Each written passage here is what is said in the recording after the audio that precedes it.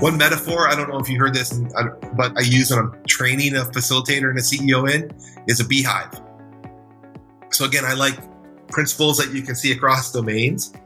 And a beehive is an insanely complex adaptive system.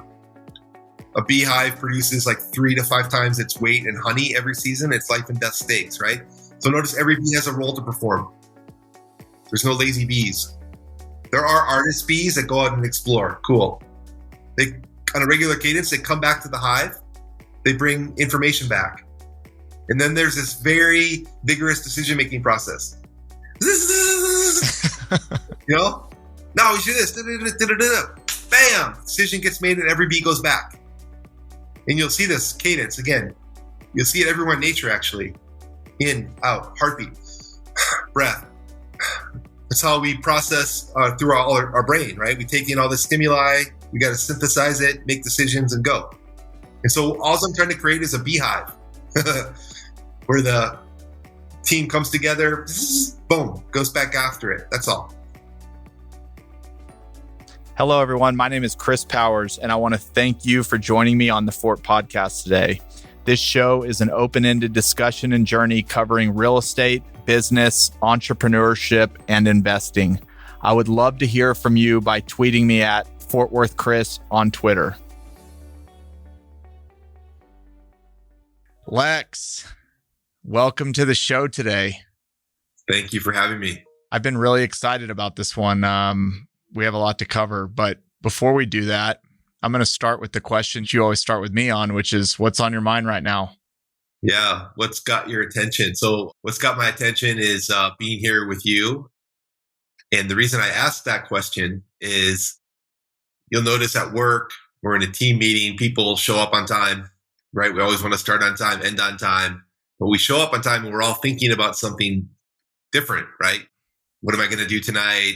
The fight I just had with my significant other, what I had for lunch, whatever. And just getting your team to say something out loud does an incredible job of centering the room. So suddenly if people say a little something out loud, the group's more present. And there's no point having a meeting unless everybody's really present and bringing their full selves into the equation. So that's the spirit of, hey, what's got your attention? I love it. Well, I'm glad you have this on your mind because this is what we're going to do for the next hour and a half. Let's start first with a little bit about your background and kind of story and what kind of led you to start organizational physics, which is how we met. Yeah. So my background is as an entrepreneur. And I was fortunate after trying a couple startups. I got lucky, right? Often life is timing. And I had started a company that ended up to grow to become the world's largest of its type, the largest affiliate marketing company called Commission Junction. And this goes back now to my 30s, and I'm 50 now. That experience of leading a hyper growth company, right? Well, first imagine that's what you've worked your whole life for. That was kind of your dream from an early age. I want to be an entrepreneur. I want to lead a fast growing company. And oh my goodness, you're suddenly doing it. And honestly, some weeks, totally exhilarating. Other weeks, freaking debilitating. And it just depends on the week. You with me? Yeah. There's also the old adage of be careful what you wish for. But in any case, leading this company and from the outside looking in, it's like a rocket. And from the inside looking out, it's just chaos, just barely controlled chaos, And of course, I'm doing all the things I think I'm supposed to do, right? I'm trying to get advice. I'm reading a lot of management books, between overwhelmed and confident, But what I noticed was a lot of the things I was supposed to do would backfire. In hindsight, I realized like a lot of popular management advice is just wrong, or it's suitable for a slower growth, normal paced environment. And like one analogy I use is imagine you're in Holland and there's a hole in the dike, right? And there's water coming out. Well, is it a problem? Well, I don't know. Let's look. Let's look over the wall and see what the water pressure is like. And so again, hindsight's 2020, but in such a rapid pace of feedback and change, any little, a small error compounds itself really quickly. And so I got humble and I started to look for new methods and models that could help me kind of steer that ship, like do it more effortlessly. That, like, as an entrepreneur at that time, I felt like my business was several steps ahead of me. That's not scalable. As a leader, you got to get several steps ahead of your own company. So I got help from a great scaling coach, a guy named Sunil Davidi from the Bezos Institute. And Bezos is kind of a expert at lifecycle management. And so what lifecycle management, it means, hey, don't be a moron. Manage the company to its appropriate stage. Just as if you're a parent, right? You don't parent your toddler like they're 13 or vice versa. And so a lot of the things I was blindly doing back then, I was applying the wrong model at the wrong stage, or the right model at the wrong stage. Does that make sense? I was kind of trying to do things out of sequence.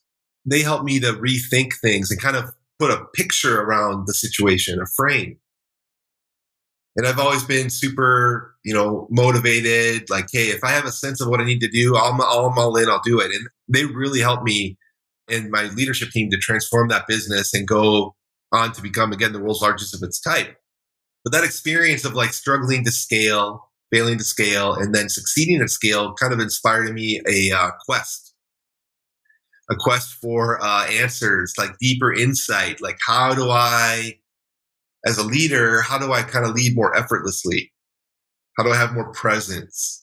How do I stay several steps ahead of my own business so I kind of anticipate, I know what to do, and I can just be a better leader?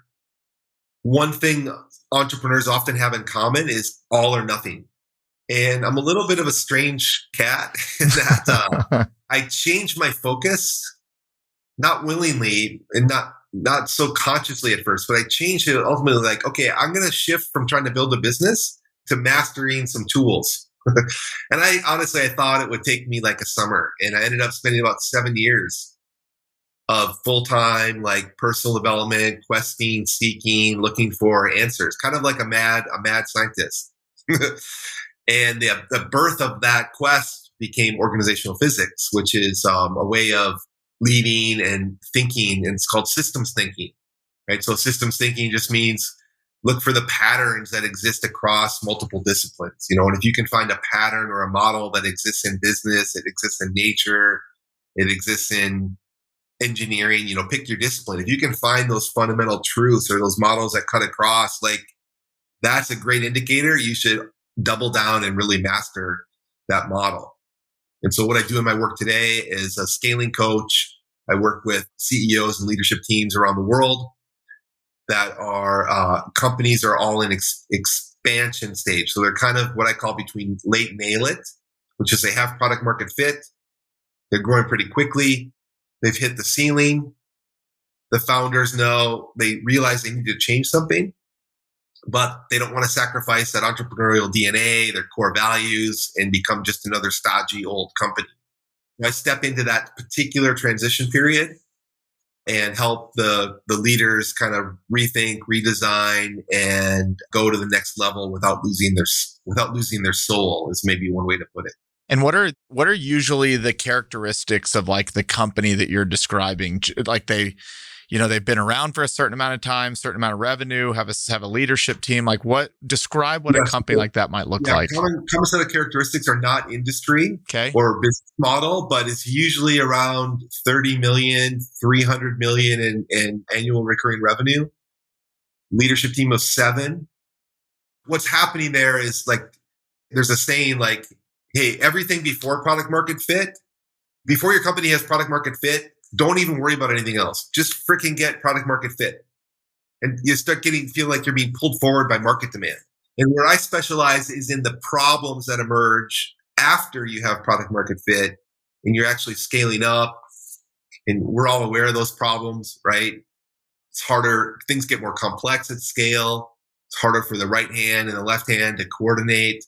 Lots of issues pop up at that stage that just require a different mindset an approach than the mindset and approach to find that initial product market fit. Yep. And we're going to spend this episode going through a lot of things that we've worked on and just stuff that I've read. But before we get there, I want to ask you something. One of the things that intrigued me when I was even creating the show notes for here was, I think you said there's like been 160,000 books on Amazon that talk about kind of management and leadership and things of that nature. Yep. How do you know?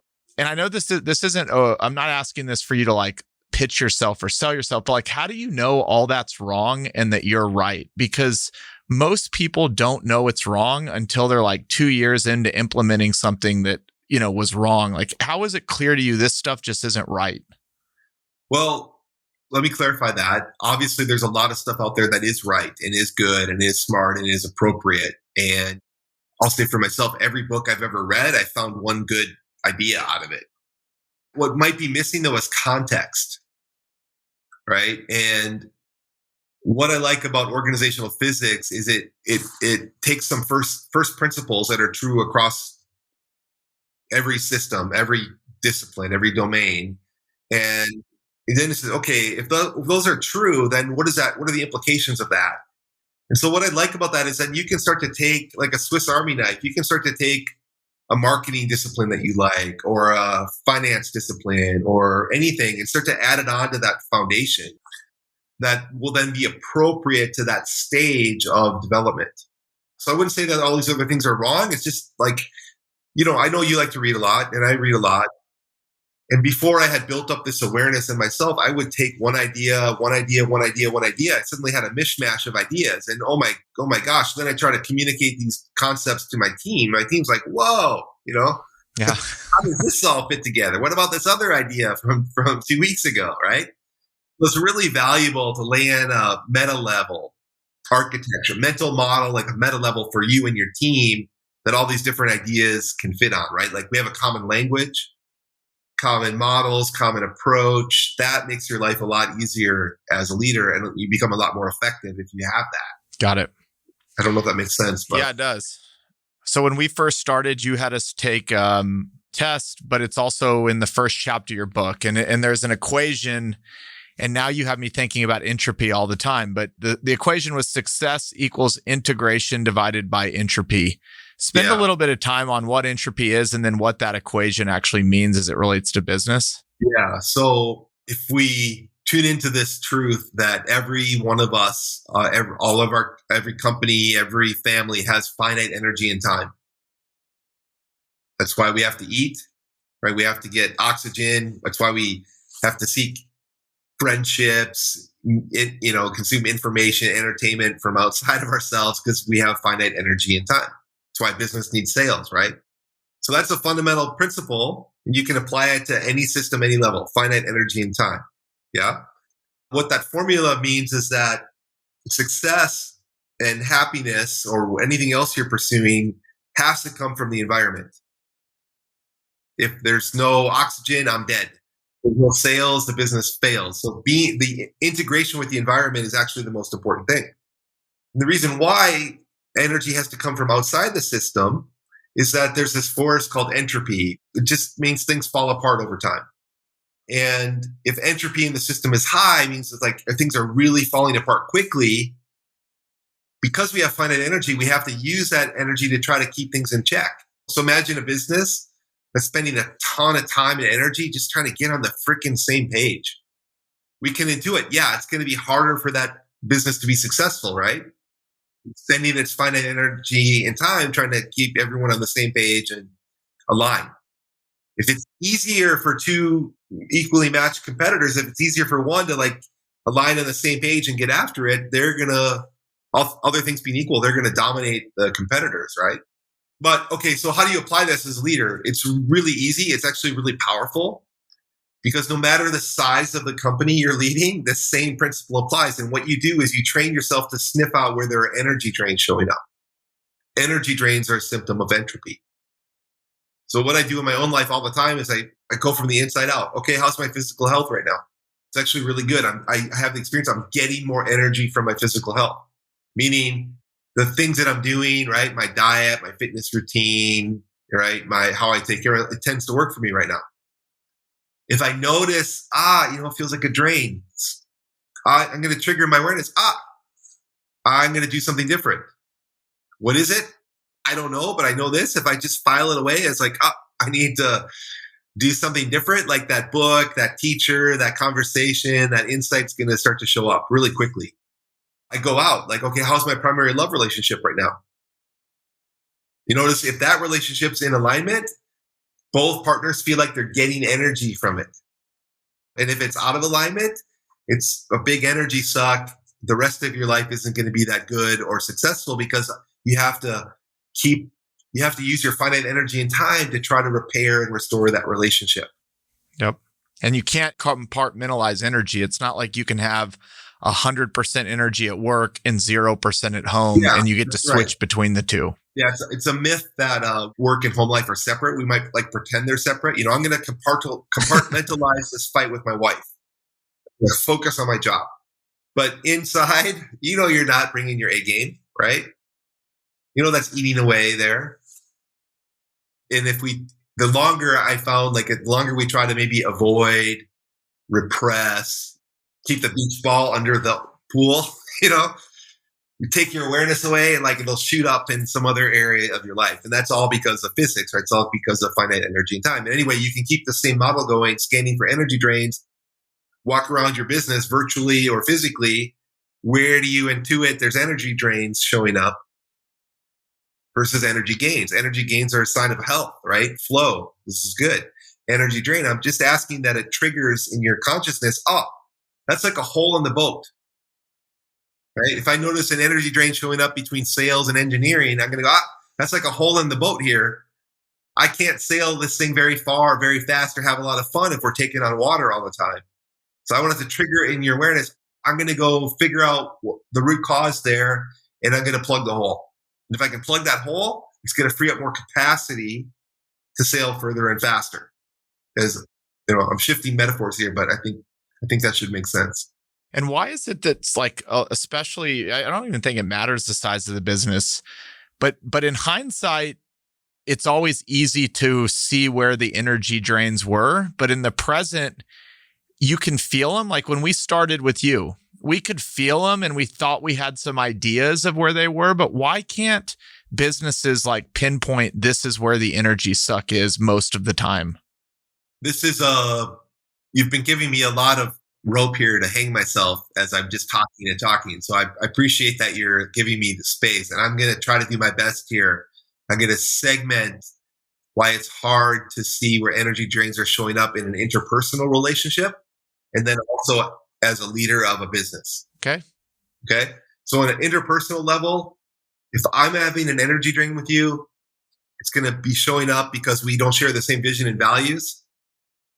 That's cool. You could be a great guy, but you want different things than I do. We shouldn't hang out together. Another energy drain will show up in people and teams if there's a conflict of interest. What's good for the owners is seen as a loss for the employees. What's good for sales is seen as a loss for product.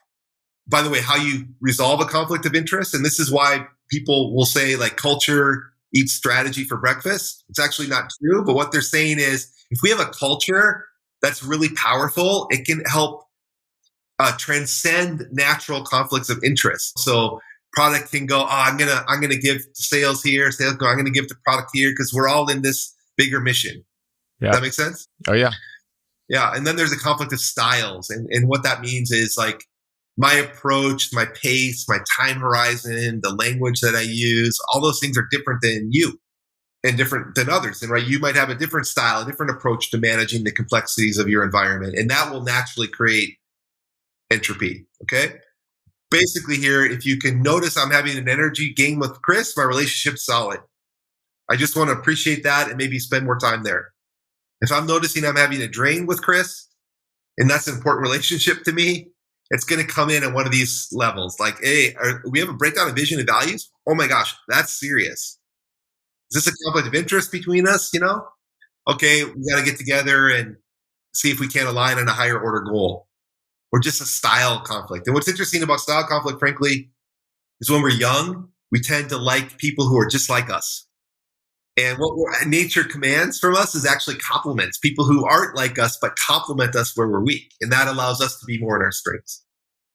Okay, any questions about the people side of the equation where energy drains show up? Well, I think and maybe the only question is to identify those drains. That's more of just like talking to people or interviewing them and just saying like, who do you like and who do you not like, or who causes you, trouble, who doesn't. Like, how do you know that you have an ongoing energy drain besides the obvious? Like we never agree. That's obvious one.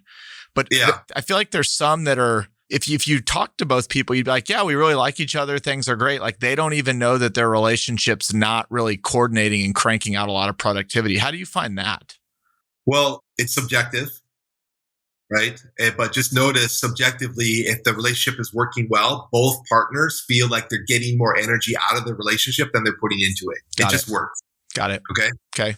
Now, in organizational physics, we teach a language that allows people to better articulate and recognize in each other the style that's up or the style that's missing from an effective team. And so just having that shared language is a really powerful tool for teams to like go, yeah, that force is missing from this equation, or I'm really showing this strong force here. You're showing this other strong force there. That's why there's conflict. Oh, okay, I'm going to try to give you what you need. So therefore you have more capacity to give me what I need. And there's a give and take there. So, but language and awareness, shared consciousness is really important in any team, any relationship. Okay. Now the harder question to answer and where it's really interesting to me is on the business side. Okay. The first energy drain could be showing up because you've chosen the wrong strategy. Yeah. Right? Yeah. That's where the energy is. If you're pursuing, if you're zigging and the environment zag, life's gonna suck. Okay, because you've steered into the wrong environment. And, next energy drain will show up just like in the people side, conflict of vision and values. It's a breakdown in culture. So if you have leaders or senior leaders or owners, especially who have a conflict of vision and values, it's gonna lay like hangover over the whole business. If you've ever been involved in a company or an investment where one partner wants to grow and the other wants to sell out, that's conflict of vision, right? Like that organization isn't going to go very far, very fast. You'll see camps emerge, right? It's a mess. So that's one area. Now the next areas I'm going to talk to you about actually create the greatest leverage for change, but they're the most unrecognized. And the first is the organizational structure can create a huge source of entropy in the business. And structure is not the org chart. Structure is how it's designed. Okay, so notice good design supports the purpose of the thing. Yeah, like the chair I'm sitting in, it's a good chair. It fulfills its purpose, okay? Yeah. Your organization has a design to it. It doesn't seem as tangible as a chair, but trust me, it's just this, it's even more powerful on the performance of the business. Right. And what the structure is the functions that need to be performed. So like in the human body, like the heart performs a function, the brain performs a function. In your business, customer acquisitions performs a function, finance performs a function. You with me? Okay, so those are the functions. And just like you have to have a healthy heartbeat, you have to have a healthy sales function. Ba-boom, ba-boom, ba-boom, okay? Healthy brain. Ba-boom, ba-boom. A lot of people confuse a structure as a way to maintain a hierarchy or maintain control. Yeah? I'm at the top. I'm in charge. All things flow up. You with me? Anyone who's been at the top realizes how flawed that metaphor is. Really, the only reason to have a structure is to push authority deep. Push authority deep so that decision-making, authority, and accountability are closely aligned. So some ways a structure can work against the organization is one, just inertia, right? The structure we had that got us to this level can make the inertia of the organization continue to go that way. If your strategy is going in a different direction, you're going to have to redesign, right? Create a new design to get the functions doing locations and the authority they have, you got to change that so that it goes against the others, goes towards the new strategy. That's a hard concept to communicate without pictures. But if you have a structure that's no longer in alignment with the strategy, it's going to create a lot of energy drains in the system. Another area that can show a lot of entropy, a lot of energy drains in a business is you have a process breakdown. So let's use the metaphor of sports. Like, let's say you're watching a soccer game on the field. The structure would be the roles on the field and the coaches. Striker, they're accountable for scoring goals. Defense for playing defense, right? That's the structure. Process would be akin to how they're passing the ball and adjusting to changing conditions. Process breakdown will show up if it's hard for us to get the work done, if we're making decisions quickly, but we're implementing them slowly or haphazardly. Those are all signs of a process breakdown. The last area entropy can show up is in the people who are, you're looking for people who fit the culture, they have a role to play in the structure, and they buy into the process. So every business knows, and where you were looking at before we started working together is the areas of strategy, culture, and people. That's like, those are so obvious they're cliche now, right? But below the proverbial waterline, like the bulk of the iceberg is actually down at the level of structure, which is how we're organized, and process, or how we make decisions. And so if you can get down there and learn to work at the level of structure and process and change things and be in alignment with the strategy and some fundamental laws of organizational dynamics, you can actually catalyze a lot of rapid change, even with the same team. So in my work, I'll go in and we'll hone in on what the new growth strategy is. I won't change the culture or the people. We change the structure, including the process that team engages with each other in, and you'll get a dynamically different organization with the same team. It's pretty fascinating, just because we've changed their roles around a little bit and we've optimized how they make decisions and implement those decisions. So maybe back to the soccer example, like a good coach, he or she have their team, and a structural change would be, I'm going to go to a 3 forward, 1 back design, and we're going to really work at how we give and receive the ball under rapidly changing conditions, and they'll see a better team, right? Same thing in a business. Like, you got to know when to look at that level and adjust at that level to get the maximum you can. And so when you are now we're going to dive a little bit further into how do you know where people need to be? And I'll let you decide how we answer that. I don't know if we want to layer in the 4 styles of people, but what you just said is, hey, your culture and your people, I'm not going to change them. What I'm going to do is help you rearrange the playing field so that you're getting the most out of everybody. So from your perspective, and this is where I go back to that question, how do we know when we're in our own way or not in our own way? What's the methodology and what do you think about and how to find out who goes where? Yeah. Okay. So it's actually a great question. And you never want to answer that question by starting with people, the people you have. You want to take the people out of the equation. Okay. And let's start with a blank sheet of paper. And, imagine instead of being a business owner, imagine you're like a designer. The designer is they have a set of design rules, and they have a concept, and they're going to draw that concept out on paper, whether it's a computer or whatever. And then they have something they can talk to and share. And same thing. So you start with a blank page, and there's some design rules for a CEO to design their structure. And just a quick aside, I meet some CEOs who try to delegate this. And they can't delegate structural design any more than they can delegate strategy. They're tied. Structure has to support the strategy, not the other way around. Okay, so CEOs got to do this, and the rules are this. 1, if the strategy or life cycle stage of the business changes, you got to change the structure. 2, don't let short range functions overpower long range. So describe those. Yeah, so let's use an example in your own life first. Let's imagine you're working insane hours. Okay, you're under a lot of short range pressure to hit a deadline. Notice that you stop eating as well, or working out as often, or you're less present with your family, right?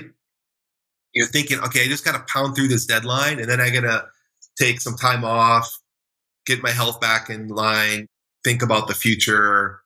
Actually, that same principle holds true in a business. So some functions need to be under a lot of short range pressure to meet customer client needs now, like demand generation, sales, okay? Like close the deal, get the customer, close the deal. You want a lot of short range pressure there. But other functions have to keep a longer range time horizon, like brand marketing has to keep a longer range horizon and understand where the market's headed. And it can't let the brand just fall prey to short range pressure. If sales controls the brand, it's going to start to look like a garage sale, right? So you got to understand there's tension there. Like sales is probably never going to be totally happy with brand marketing.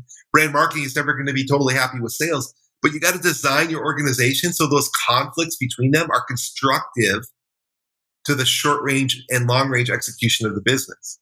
And there's a lot of other examples like that of don't let short range pressure overpower long range needs. So that was the second rule. Third rule is don't let efficiency overpower effectiveness. So efficiency, that means to make things super dialed in, no errors, controllable, repeatable, scalable. Effectiveness means give a lot of flexibility, risk taking, trial, error. It's new, it's unproven. Just figure out the right thing to do. Intuitively, you'd never put sales under operations because operations has to be efficient.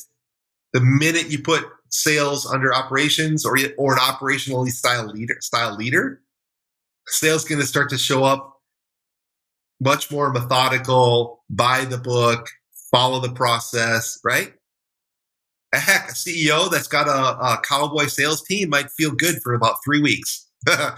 Finally, those guys are filling out their sales force. Yeah.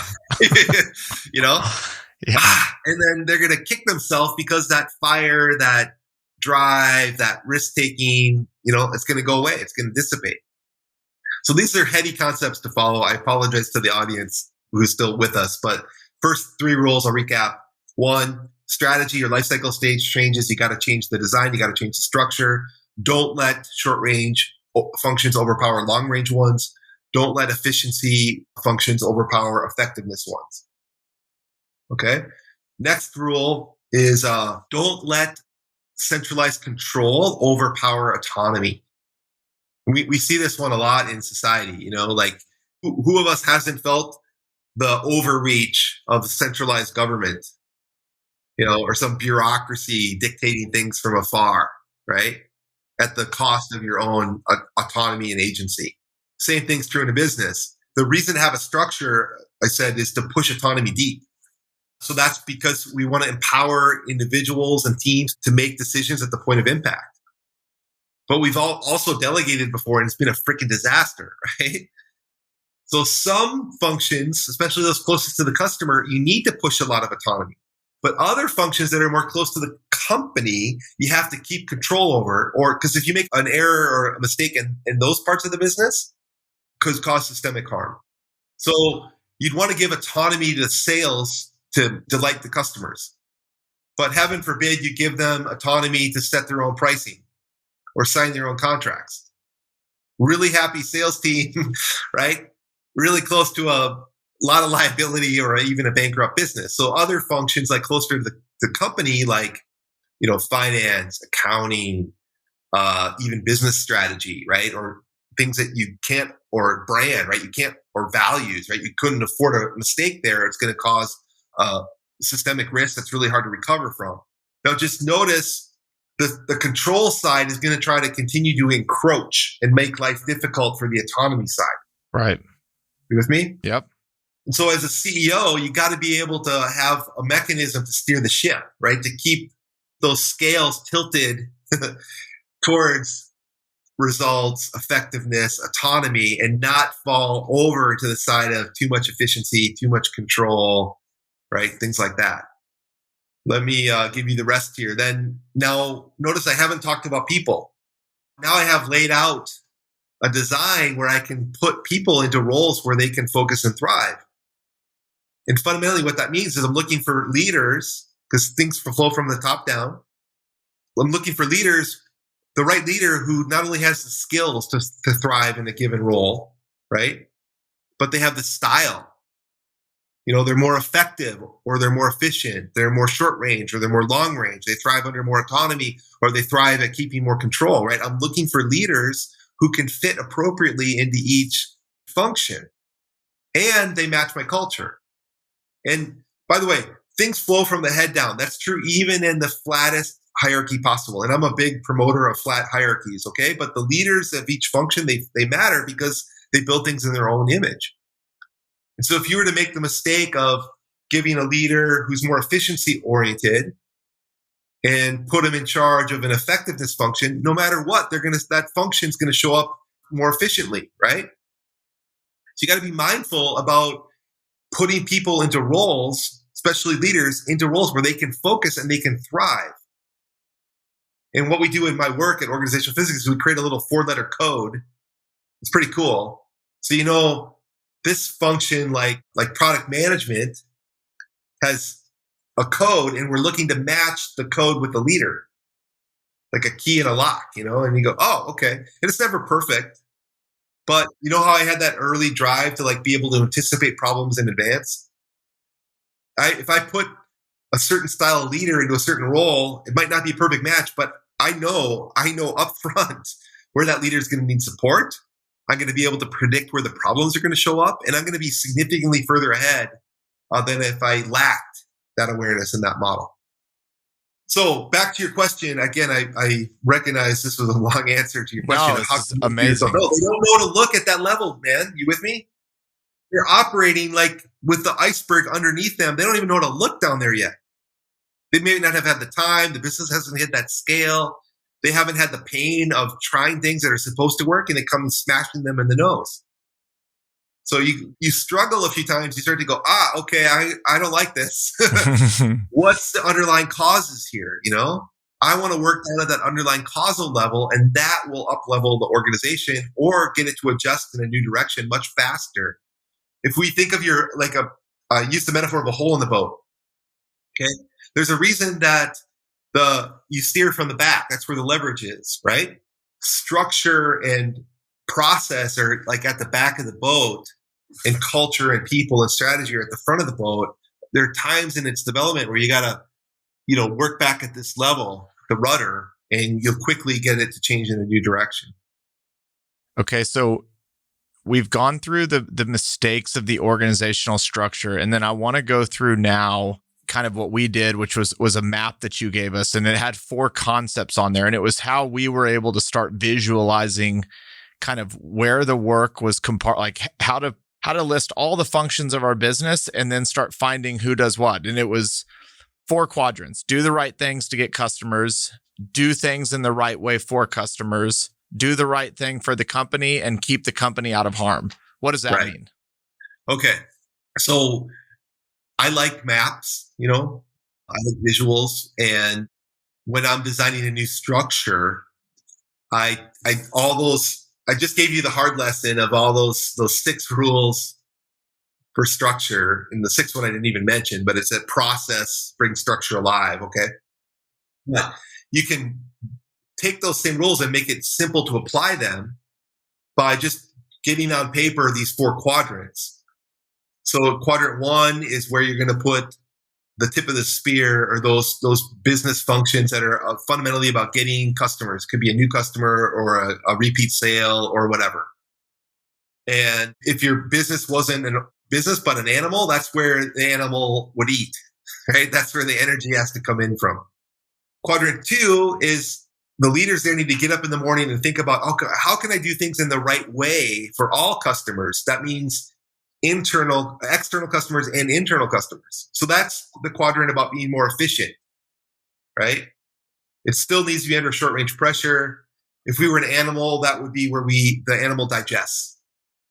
In biology, there's a saying that most animals don't die from starvation, they die from indigestion. So those functions in quadrant 2 that can digest the work and the sales and the customers efficiently, that's where you get operational scalability. Quadrant 3, we got to do the right thing for the company. And leaders here got to think up in the morning and say, hey, what's the right thing to do for the business over the long term? And Quadrant 3 is where if we were an animal, that would be where we evolve. Okay. And if there's a term like no innovation is created in isolation, right? It's like two ideas merged together, or ideas having sex, right? And something new emerges. And so that's Quadrant 3. We put functions like long-range business strategy, R&D, long-range brand marketing, communications, longer-range development things, even culture and talent would go into that quadrant, okay? Now, Quadrant 4 is where all the shit piles up. I'm just kidding. But Quadrant 4 is where it's got to keep a longer range orientation. It's about keeping the business out of harm, right? Imagine an animal that can't defend itself from internal threats or external threats. It's going to die. And Quadrant 4 is where we have to keep a longer range orientation. We can't fall prey to short range pressure. We got to do things in a repeatable, efficient, secure, quality way. Quadrant 4 functions will be things like HR admin, legal, controller, compliance. Okay. So just imagine you had those 4 quadrants. You can start to pretty quickly get your different functions you need into the right quadrant. And the secret is that, if I took a function like marketing, that's a loaded term, right? And you can say, it doesn't fit. It's this. It's about getting customers. It's about developing the brand. Might even be, if it's a compliance industry like health, there might even be compliance functions. You with me? Well, that tells you that that's a loaded term, and you actually have to think at a deeper level. You have to break that function apart so that it fits cleanly into one of those quadrants. So marketing is a loaded term. I got to break it apart. There's an element of marketing that's really about getting customers. We call that performance marketing or demand generation. It needs to be under a lot of short-range pressure. It needs to drive results for sales. But other aspects of marketing, like brand marketing, strategic marketing, communications, have to keep a longer range orientation. They have to do the right thing for the company. So it's very common to have one head of marketing that's accountable for both of those things. And I don't have to tell the CEOs who are listening the problems that they've run into with that approach. Instead, what I'm doing is I'm getting you to think critically and systematically about the functions that need to be performed. And you go, my head of brand marketing is actually a different style of cat than my head of performance marketing. I'm going to treat those as two distinct functions. I'm going to look to hire or promote there differently because they really are different approaches, different styles, different time horizons in here. Now, every leader on the team has finite energy and time. Wayne Gretzky has finite energy and time. There's a reason he wasn't asked to play defense. Okay? So the easiest thing in the world is to say, F it. I'm going to have one head of marketing oversee both of those. I don't care. Awesome. More power to you. But just recognize that leader has finite energy and time, and they got to split somewhere. Where do you want them split? Another example in this, using these 4 quadrants for your structural decisions, people decisions.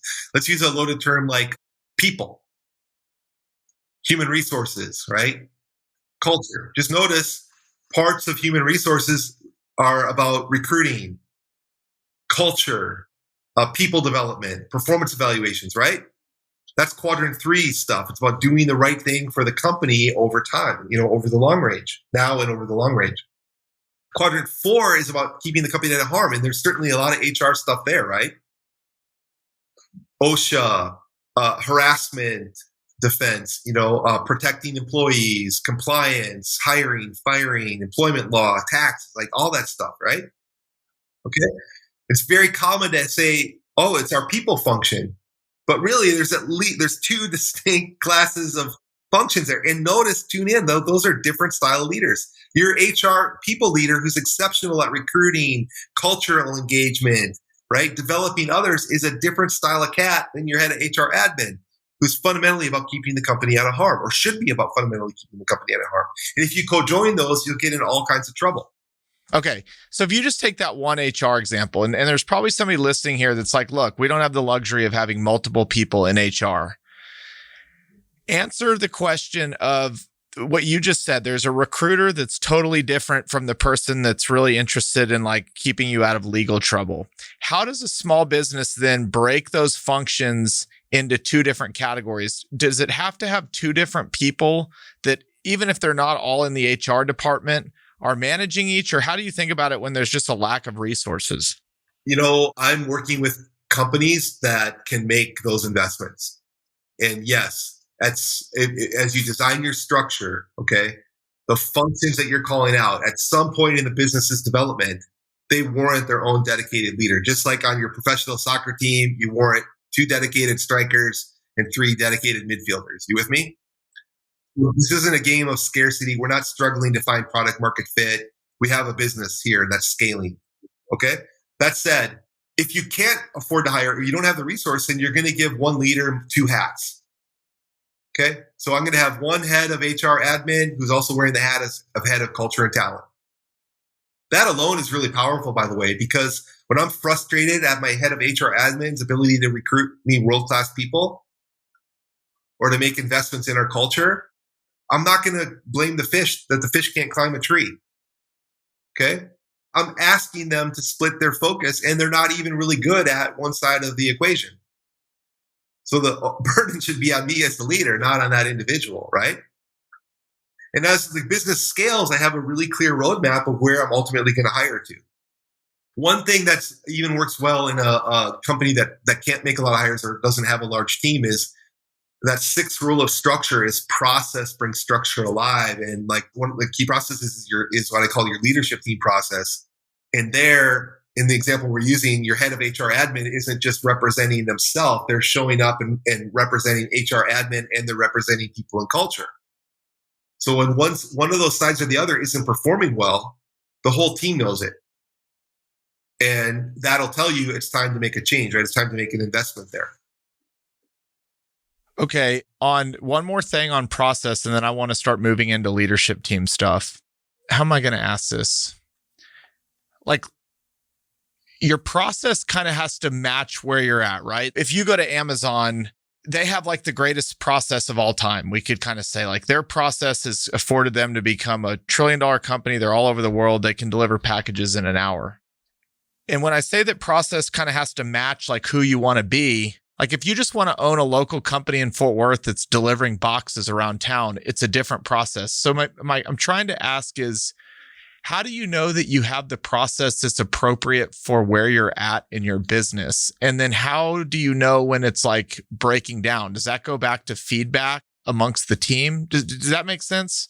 It does make sense. So I can say this, that every business has a near infinite number of processes. That small local package delivery company has near infinite number of processes. Because think about it, a process is a series of actions or steps designed to achieve an outcome. So any project you could reframe as a process, any action you could reframe as a process. All the process is attempting to do is to achieve that desired outcome as quickly and efficiently as possible. That's what it's intended to do. And because we have finite energy and time, the organization that has better processes, all things being equal, will dominate the competition. Just like a near equal professional soccer team, the team that can pass the ball better and changing dynamics is going to win. So what happens though in processes is they have their own inertia, just like everything else in life. And as things are changing, if the process isn't designed to optimize and be refreshed and updated, that it's going to start working against the organization. So you ever been in a company where we're working for the processes aren't working for us, that's inertia is built up over time. Regardless of the size of business, there's really 4 processes that every business has to master. And everything else is just, like you said, it's more dependent on your stage. But every company from that small package company to Amazon has these 4, okay? One is the customer journey. And that's that question, like, how do we identify, engage, sell, upsell, retain, manage, delight the customer, through their journey with us? Yeah. And you can just do it. Yeah. If we don't do that process well, we're not going to have a business for very long, right? So as a leader, we go back to that first principle of where the energy drains. If you can map out on and just map a simple on paper, like the ideal customer journey, and then you can map the functions that should be accountable for each step. If you notice an energy drain showing up, that's an awesome place for innovation, right? It's going to delight the customers. It's going to make you, that investment's going to make more money because things are going to go faster, easier, less manpower, right? So that's one process. Another is the product development journey. And even if your business is selling services, it's the same principles apply. It's like, okay, how do we identify, innovate, develop, deploy, maintain our products? And just notice that's not a one-time project, right? That's a process. It's got a cycle, and you got to get better at that product development journey each iteration. Otherwise, the world changes around you and you're no longer aligned and you're done. I mentioned 4. The third one is the employee cycle. Like, how do we identify, recruit, develop, retain the right staff? Yep. So, and that includes everything we talked about getting people in the right roles, right tools so they can thrive and be successful. Okay. So you have to argue with me that every business doesn't need to master those, and if they start to think of it as a process, they're going to really see where they can do innovation and optimization to get more done with less. Last one is the strategic execution process, or what I call your leadership team process. And that's the process of identifying, hey, what strategy should we be pursuing at this stage in our development? And how do we realign and align and measure our success, measure our progress at that over time, now and over time. So it's the process that allows you to execute and build momentum now and over time. And then, God, I'm so fascinated by this stuff. Do businesses grow because they have people that will them to grow, or do they grow because they have amazing processes? What's more important, an amazing process or an amazing person? Does that make sense? It does make sense. I think that it's quote unquote an amazing team, amazing people. So clearly in the startup stage, it's all about the people. None of what I'm saying matters. Hustle, take risks, be courageous, show grit, get product market fit until you start getting pulled forward by market demand. Now then, every competitor knows that people are the difference, right? So the irony is that if you can focus and design the things that I'm focusing on with you, right? If you can align on the right strategy, design in the right and reinforce the right culture, get the structure to support the strategy, and there's clear roles for the right people to play that are energizing for the right leaders. Put in place the right processes so that the people involved who are playing a role in the structure, they buy into the process, they buy into the culture, they're getting more energy out of their job than they would if you hadn't designed those things in. Great people don't want to work up in an environment that's pushing the rock uphill, right? You're looking to get it rolling downhill, and your job as a leader is to design that environment, design it to scale so that the right things tend to happen. And if you can, irony is that every competitor is out there looking for great people. They don't even know what they're looking for. They're saying, we need great people. We need great people. Okay? If you took a step back to do what I'm suggesting and say, okay, here's the culture. Here's the roles we need performing in the structure. This is how we get after it, right? This is our processes. Who's a good fit? That alone would allow you to just winnow things down to hey, this opportunity will speak really clearly and powerfully to the right individuals. If you don't set it up like that, then you're just a me too. Okay, let's move into the leadership team. What's important in the leadership team? And then I kind of want to go through a little bit about how, which has been a huge hit in our business over the last few weeks and months, how a great leadership team is run and how a meeting is run in particular. Yeah. Okay. So I have found that a CEO needs to lead through a leadership team. And the leadership team needs to consist of a critical mass of functional heads. So it's not a sales team, it's a cross-functional team, right? Represented from sales, brand marketing, product management, engineering, finance, HR, whatever. Okay. And the reason why that team needs to be in place is because of mass. Mass isn't size or volume. Mass is resistance to change. And so you'll hear me in my work use a concept I call gather the mass, which means that resistance to change is everywhere. Your head of sales has one idea. Your head of marketing has another. Your head of product has another, right? Your customers have it. The environment's always changing. It's all this resistance to change. So as a leader, you need some mechanism to gather in the mass and keep it aligned under changing conditions towards the right outcomes. Okay? We're not agents, we're humans. And what one thing humans have in common across cultures is that we want to participate. If we can participate in the decisions, our resistance to change is much lower, right? And our commitment to implement is much, much higher. You with me? It's like the difference between do it because you're told to or do it because you understand you participated in the solution, okay? Yeah. All we're trying to do with the leadership team is to have a regular cadence where you get a critical mass of functional heads around. And first thing we do in that meeting is we build shared consciousness. Okay. And by the way, it's really critical that this leadership team meeting and other key decision-making meetings are facilitated. They're not facilitated by the CEO. The CEO needs to be CEO. The facilitator can be another member on the team, is facilitating that group through a process. And if it's a good process, what you'll see is that the team, the resistance to change comes down, the commitment, the good decisions, better decisions get made, and the commitment to help each other is much higher. So if a CEO is trying to be CEO and put pressure on the system to evolve and express their frustrations or express their joys or whatever, it's almost impossible to simultaneously run a good process. Am I being clear? Oh, yeah. Okay. So your leadership team meetings are facilitated, right? And that allows the leader to be CEO and have a good process run for them. It's huge. Okay. So all I'm trying to do, again, the principle is gather the mass. Massive resistance to change. You got to keep that mass going to keep the momentum going.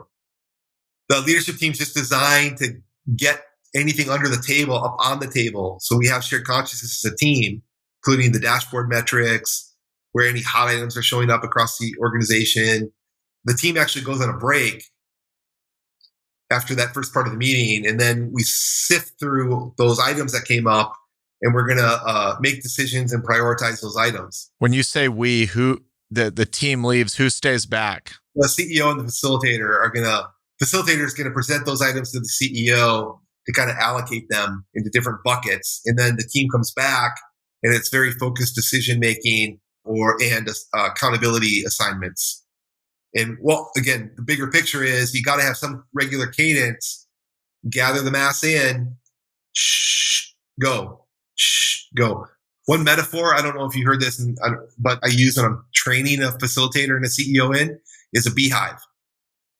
So again, I like principles that you can see across domains. And a beehive is an insanely complex adaptive system. A beehive produces 3 to 5 times its weight in honey every season. It's life and death stakes, right? So notice every bee has a role to perform. There's no lazy bees. There are artist bees that go out and explore. Cool. They, on a regular cadence, they come back to the hive. They bring information back. And then there's this very vigorous decision-making process. No, we should do this. Bam! Decision gets made and every bee goes back. And you'll see this cadence again. You'll see it everywhere in nature, actually. In, out, heartbeat, breath. That's how we process through our brain, right? We take in all the stimuli. We got to synthesize it, make decisions, and go. And so all I'm trying to create is a beehive where the team comes together, boom, goes back after it. That's all. So in that if you don't have a process or a highly optimized process, it's going to be very hard to drive exponential growth and keep it going. So everybody arrives at the meeting. They all have a 1 or 2 minute kind of update on what's going on in their department. They bring up issues and things they want to discuss. You go around the table, then the moderator has scripted all that. Everybody leaves for 15 minutes. What buckets is the CEO putting stuff into? Yeah. I'm going to answer that. It's a great question. And I just want to give a little color to that first part of the meeting.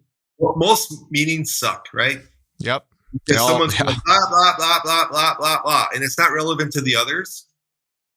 And they talk a lot, and there's very little questioning or feedback. And what we're trying to do is flip that polarity so that there's a written, brief, colorful anecdote about what they achieved last week, what their number one focus this week, and where each individual might need support.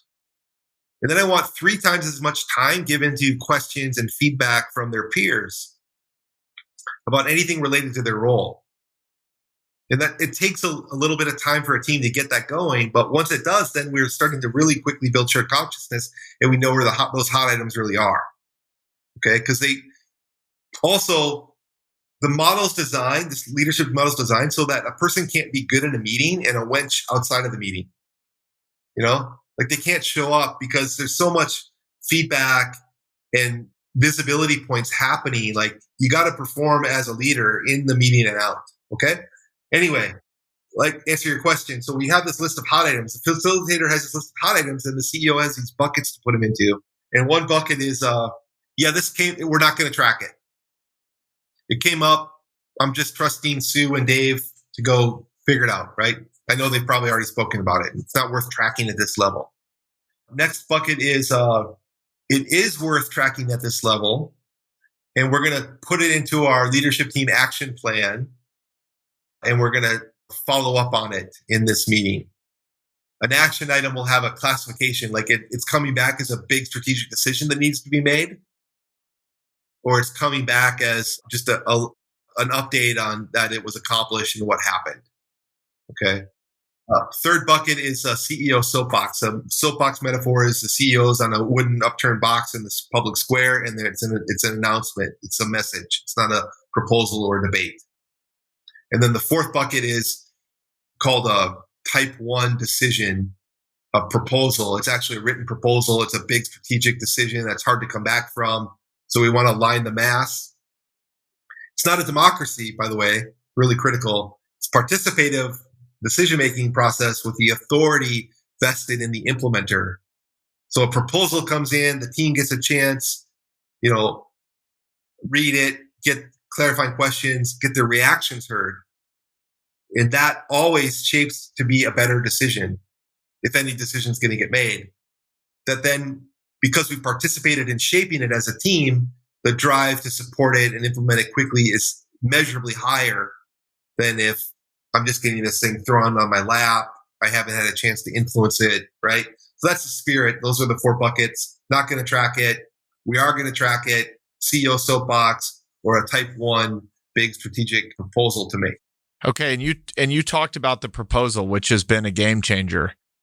What qualifies a proposal, and what is a proposal, and how is it presented? Like, give me the 101 on what a proposal means.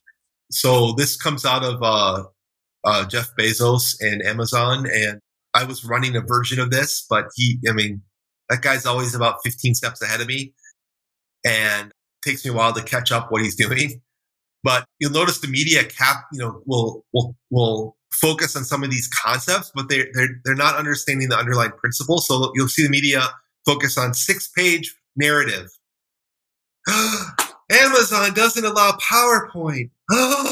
They make everyone write a 6-page narrative. Oh my God, how would we ever live without PowerPoint, right? Okay. Jeff Bezos is a smart dude. He really gets it. It's not 6 pages isn't the magic number. It's no more than 6 pages. Yeah. And if you need an appendix, with pro formas or whatever, sure, add it in there. But that's the spirit. It is to make a business case. So write it up like it's a freaking business case. This is a big strategic, decision that could be lucrative, but it's going to require we really gather the organizational mass behind it. It would be really hard to come back from it after we set out down this path. So we're going to take the time to make a good decision up front and get a critical mass of people shaping it, understanding it. So then when we shift into implementation mode, it's fast. Okay. So that's the spirit of a type 1 proposal. And really critically, not every decision is a type 1 proposal then. And because the purpose of having this structure is to push authority deep, right? Give high autonomy. There's a couple other little tricks, but suddenly you have a very much a highly autonomous organization who's can take the ball and run with it on the less strategic things. Okay. But the more strategic critical things are coming back into the leadership team as a proposal, which as a CEO allows you to have that right mix of pushing authority deep, but also having the right level of visibility and control. Right. There's this movement out there, right? Last 5-10 years of like anti-hierarchy, no meetings, self-organizing, 2 pizza box teams, right? You with me? And if you look behind the scenes, you'll see that actually what's there is there is a designer, right? They've designed in an architecture, like a game for other people to play. And that's just so critical that as a CEO, if you just delegate and try to hire good people, great culture, and everyone's self-organized, you're quickly going to have a mess on your hands. There has to be an architecture behind the scenes like this, like type 1, type 2 decision. So you're pushing authority deep on the low level stuff and still have visibility and control on the high level stuff. Let's talk about, all right, we're product market fit. You're working with this team. Like, just what are some things that fall into a type 1 decision? Okay, let's use Fort Capital as an example, okay? You guys own a lot of commercial property around Dallas, Fort Worth. I certainly wouldn't treat a big property acquisition as a leadership team level type 1 decision. But let's say you're going to expand to a new state, right? New regulations, probably requires a change in structure, a big investment, big risk, hard to come back from. I mean, what would be worse than having most of your properties in one geographic region and then you've got an odd duck across the country, right? Yep. It should be pretty crappy, right? So before you went down that path, I would align the mass. I'd write up, have the right person write up a type 1 proposal to make the business case. We're going into Kentucky. Okay. I'm just making a silly example, but that, like, you with me? So the things that are more status quo, more normal, we've already operationalized, you're never treating those as type 1 decision. By the way, a type 1 decision is, for those who haven't heard the metaphor, it's a good metaphor. A one-way door, type 1 one-way door. Doesn't even have a window, man. We cross that threshold, we're locked out. We can't come back. Type 2 decision, type 2-way door. It's got a window. It swings both ways. Hey, we make mistakes all the time. That's how we learn. We step back.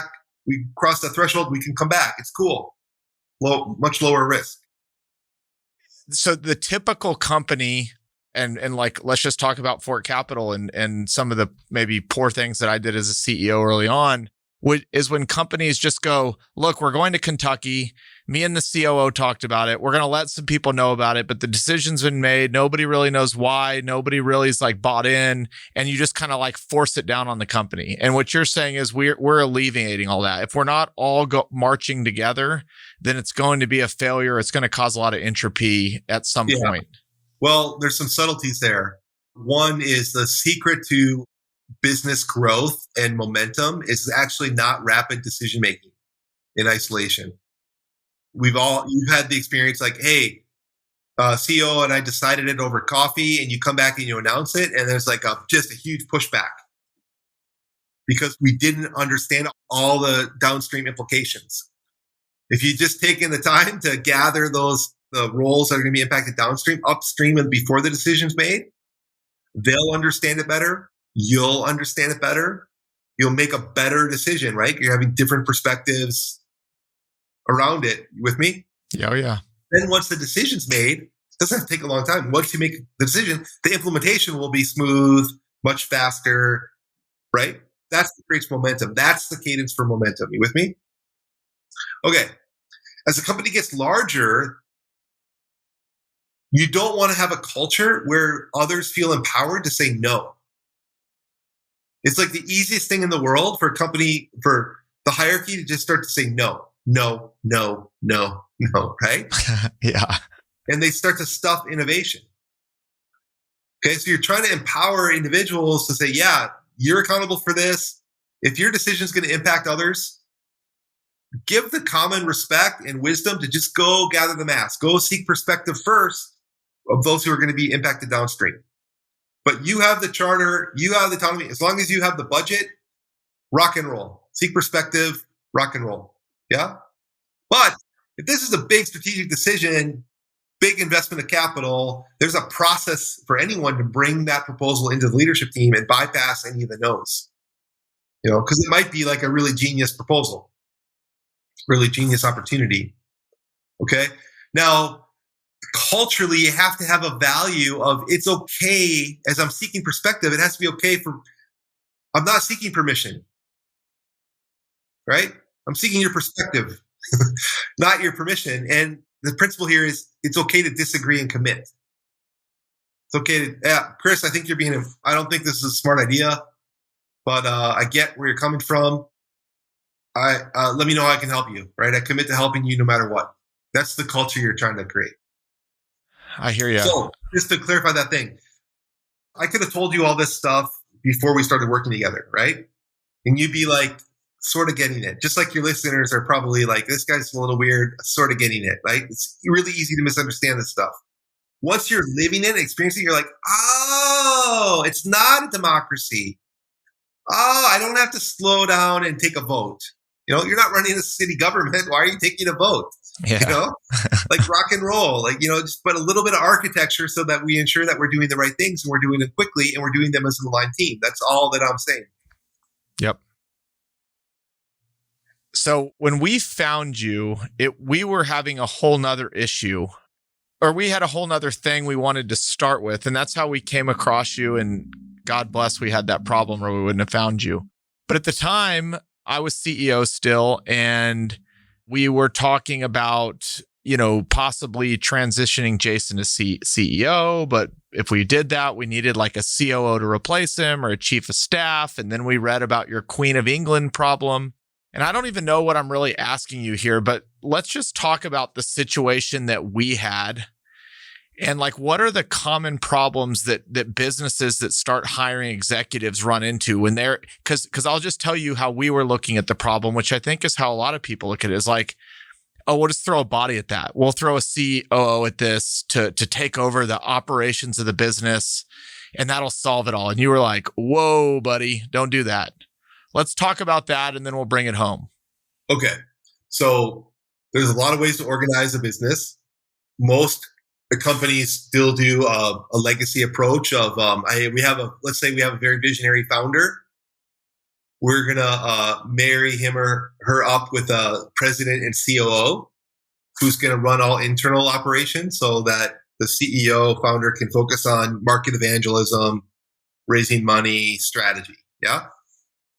And you and Jason actually ran, and I call that the Queen of England structure, because often, I would say more than, I would say the majority of the time, the founder, CEO realizes pretty late that they just designed themselves out of their own business. Which is what I did. Yeah. And at first it feels pretty great, but a lot of it, almost actually all of it, depends on the relationship between the founder and the president and COO. It's like a marriage.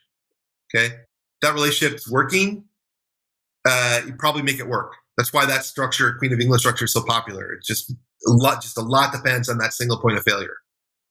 Okay. If it goes wrong, like it went wrong for me, went wrong for Jeff Bezos, went wrong for Larry Ellison, went wrong for a lot of different companies. They realize, whoa, I just really put a lot of systemic risk in the business by trying to do it this way. And there's better way, there are alternative ways to do it, which is what I teach. But what happens when that founder tries the Queen of England structure is, I mentioned they kind of suddenly feel like I've designed myself out of my business. I don't know where to put the lever anymore. I don't know where to put my energy and innovation without causing a lot of disruption and turmoil. And it's really important to design in a lever where that founder, who's probably still the biggest innovating force in the business, can deploy that, right? But the rest of the business has to be set up to digest that. That structure is also hard on the president and COO because they have to hold the ceiling up with this crazy innovating force and this founder above them.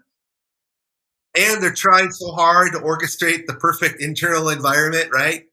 People into the right roles, keep it going, execute on the short range, manage the long range, keep everyone happy, and they'll feel squeezed. It's hard. It's a hard role to perform. And there's variations on that.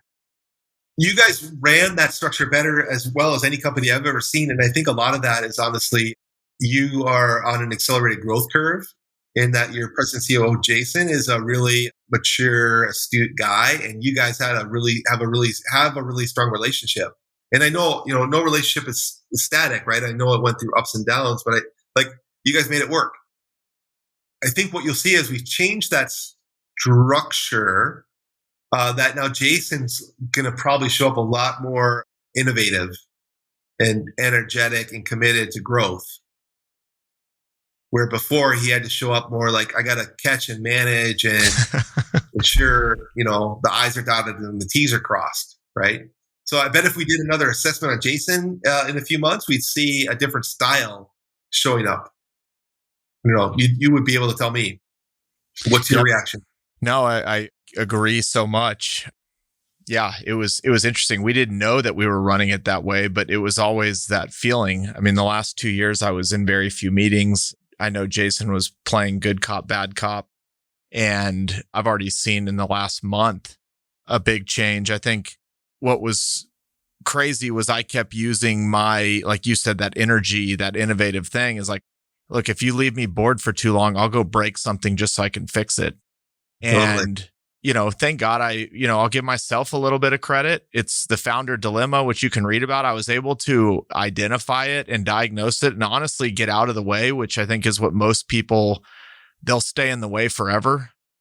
And I know that I'm a lot happier, just with the state of things. I know Jason is, and I know the team has a lot more clarity. And so I think we were steps away from like hiring this other chief of staff, COO, which would have been a mistake. And I don't want to ramble on, but I just want to ask you one more thing, and then we can wrap up with a few personal questions. But you said Jeff Bezos and Larry Ellison got it wrong.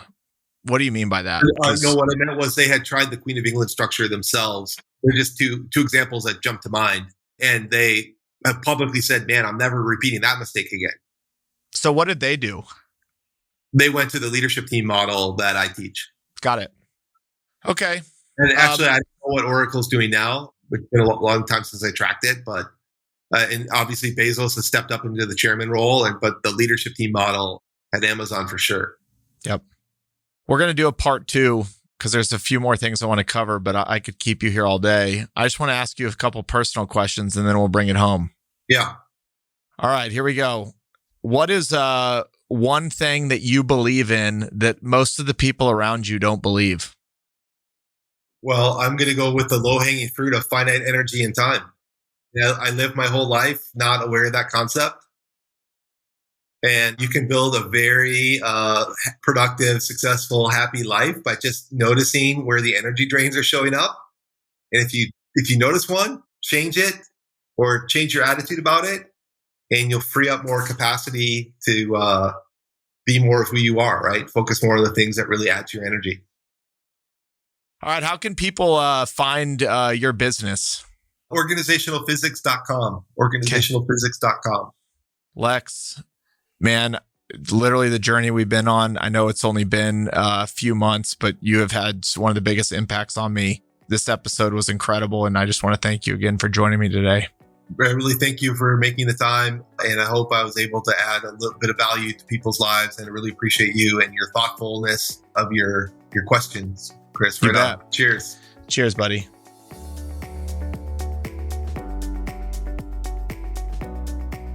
Hey everyone, it's Chris here again. Thank you so much for joining me on this journey. If you enjoyed the show, please subscribe to us on Apple Podcasts, leave a 5-star rating, or write a quick review.